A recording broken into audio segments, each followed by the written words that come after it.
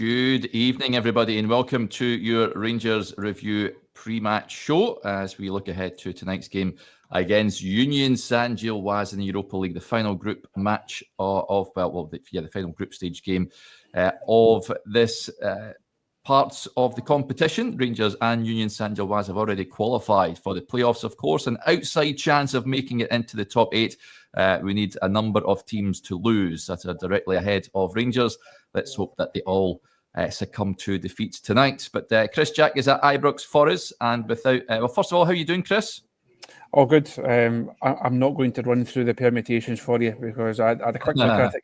I had a quick look at it yesterday for the piece that we've got on the site this morning, and decided to fudge it for when I was writing that particular site. So I'm not going to go through all the actual permutations of it. It's very much Rangers win the game. We'll take it from there, and then we'll see what the league table looks like. Come at 10 o'clock tonight, hopefully.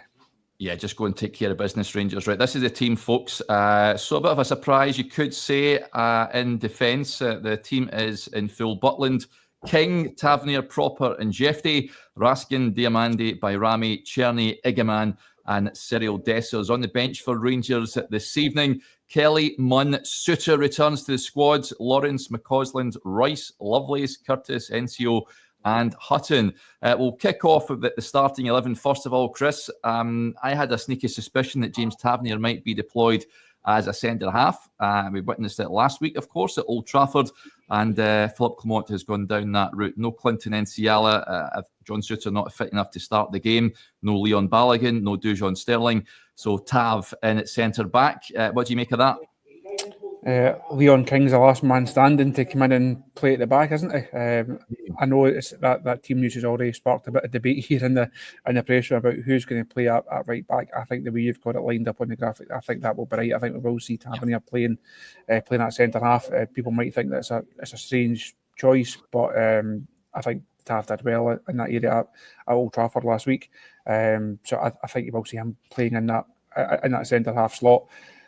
It's a big call, but it's really the only call that can be made. Now, you look at the Rangers bench, there's not a lot of depth there, not a lot of experience there. Also, John Suter being back on the bench is a great bonus for the squad, but he's probably just there just in a very, very off chance that Rangers need a centre-half to go in tonight. He's not going to be the first choice that the manager's going to be going and making, so he's clearly there just to try and get him back involved. But you look at the number of centre-halves that are out injured, also Casemiro, a long-term one, still no Dujon Sterling, Balogun's missed out, Ridvan's missed out of the squad completely as well, so options are thin on the ground. So now Leon King gets his chance. He's been short of him over the course of the season, not played a lot of football. It's a big night for him, but I don't think it's that big a call from Clement because he really doesn't have the options right now. I don't have any problem with James Tavernier at centre-back. He can play there. I thought he looked good last week playing there. Of course, he assisted Cyril Dessers with one of the greatest assists of all time in my eyes. I know some people say it was a big lump up the park. He picked him out perfectly. So more of that tonight, please. Great to see Leon King getting his opportunity. As you say, Chris, I think it's more by circumstance more than anything else. But big night for him. I hope he just really turns up and puts in a real sterling performance at right back where I think he will play. That's the back four. Midfield, good to have Mohamed Diamandi back in amongst it. Of course, he was suspended for that game at Old Trafford. I think Rangers certainly missed him in terms of just getting on the ball and then spraying passes and that composure in the middle of the park. I think I'm much more happy and content with that midfield duo in there. Bayrami, Rangers need a big performance from him, Chris, because he is he's come in for a bit of criticism at this moment in time, and rightly, in my eyes. He's not influencing games enough as he should be. So I really want him to step up to the plate. Good to see Václav Černý back in the team, and I think we'll see Igaman probably playing that free role, more probably heading it on there on the left-hand side with Cyril Dessers leading the line. Would you go along with that? How many times have we said it's a big game for Nadim Bayrami? Too many. I think too many is right, and too many probably sums up his situation. I don't think he's been in great form for a while. if everyone is fit and everyone's available, for me, he doesn't get in the strongest Rangers side, but everyone is not fit and everyone is not available. So therefore he gets his chance. Not really expecting too much from him just because the form has not been there. If you're looking for potential match winners, I think Igamani from that left hand side, Cherny from the right, as you say, it's good to have him back in the side. Cyril Dessers, who knows what Dessers is going to turn up.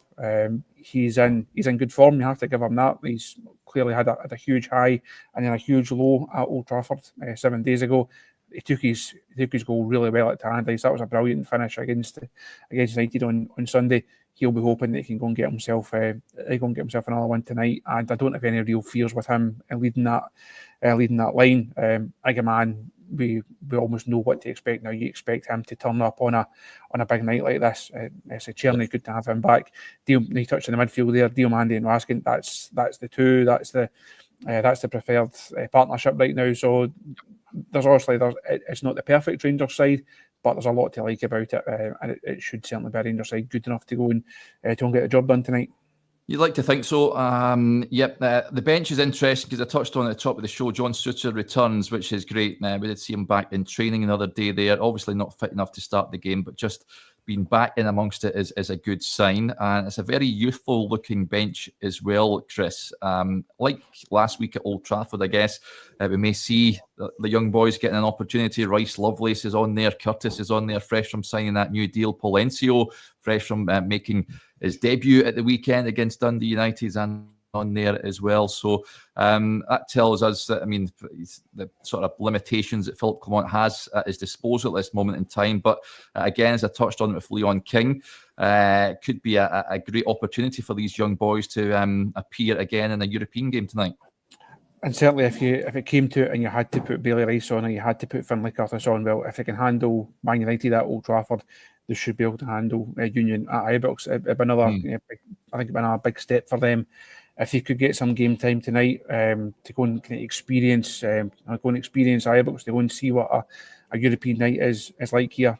Not all these small steps, all these small experiences are really important for young players. It takes them on a level, gives them something else to add into the bank, and ultimately this is the level, this is the stage that they want to be at full time. This is where they want to be. So every experience they can get is a positive one. So hopefully, I hope they do get some game time. I think it'd be good for them if they could get some game time. I say it's not the most experienced bench. It's not the deepest bench that we've seen of the season, but I think there's enough on there.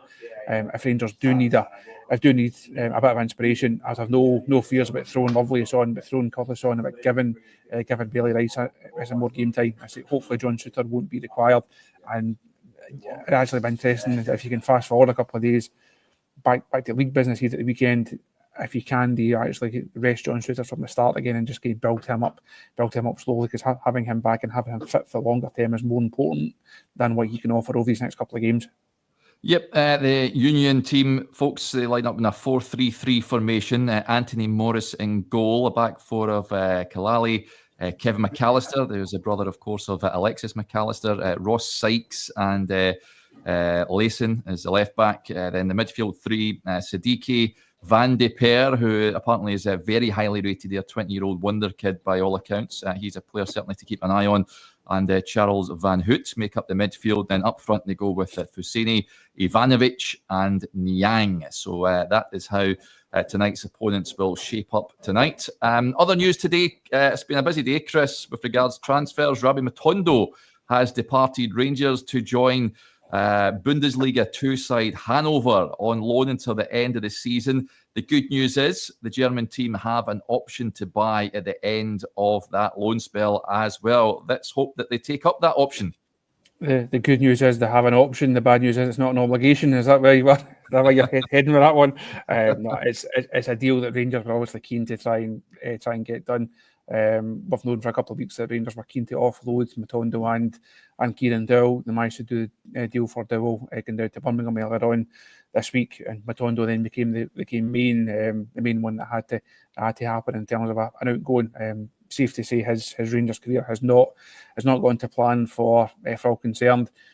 And I think there'll be a lot of people here who will wish him well, but wish that he goes there, does well, and can then hopefully Hanover take up that option come the summer. He's not going to be part of this Rangers squad going forward.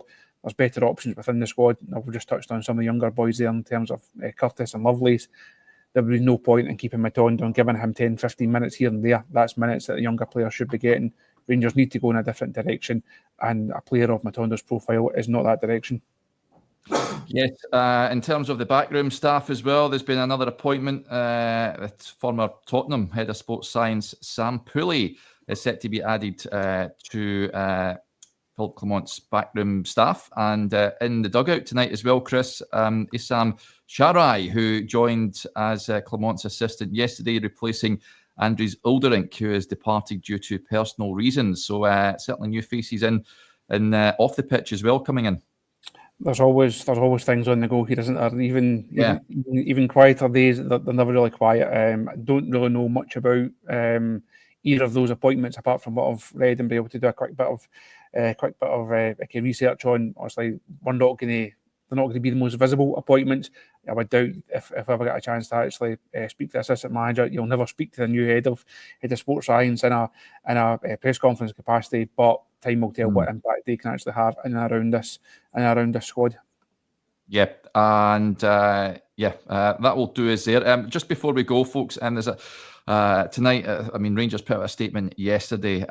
Tragic news: a supporter by the name of Jacqueline Malone Wallace sadly passed away at the fixture against Aberdeen earlier this month, and Jacqueline's family are asking that the supporters honour her memory with a round of applause in the 39th minute of tonight's match. So I'm sure Ibrox will pay tribute to one of their own tonight. Absolutely tragic news devastated to hear that. So condolences to Jacqueline's family and friends, and I'm sure Ibrox will deliver a touching tribute tonight. Right, it's all there for Rangers. Go and win the game, see what happens. It should be quite exciting if the Champions League yesterday was anything to go by, then it should be quite an entertaining evening. We'll keep an eye on the permutations, and if Rangers can make it into that top 8, we will be back just after the full-time whistle, folks, to give a reaction to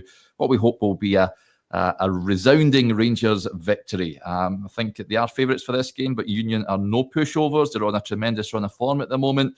They've had a few scalps in Europe as well. They're looking at this as pretty much a free hit after confirming their place in the playoffs last week against Braga. So should be quite an entertaining game, I'd imagine. How are you seeing it going, Chris? Are Rangers going to win? I'll go 2-1 Rangers, and we'll see what impact that has on this bizarre league table. As I said at the top of the show, I've got no idea what it's going to mean, no idea where Rangers will actually end up finishing tonight. But if they can take care of business, if they can do their bit in this league phase on a high, and then we'll see what the table brings, and then see what the draw brings at lunchtime tomorrow. Yeah, I like official magical bike ride. 3-1 to us, Igaman hat-trick. I'll take that. Thank you very much. Right, folks, we'll speak to you later on. Enjoy the game, and we'll chat later. Bye for now.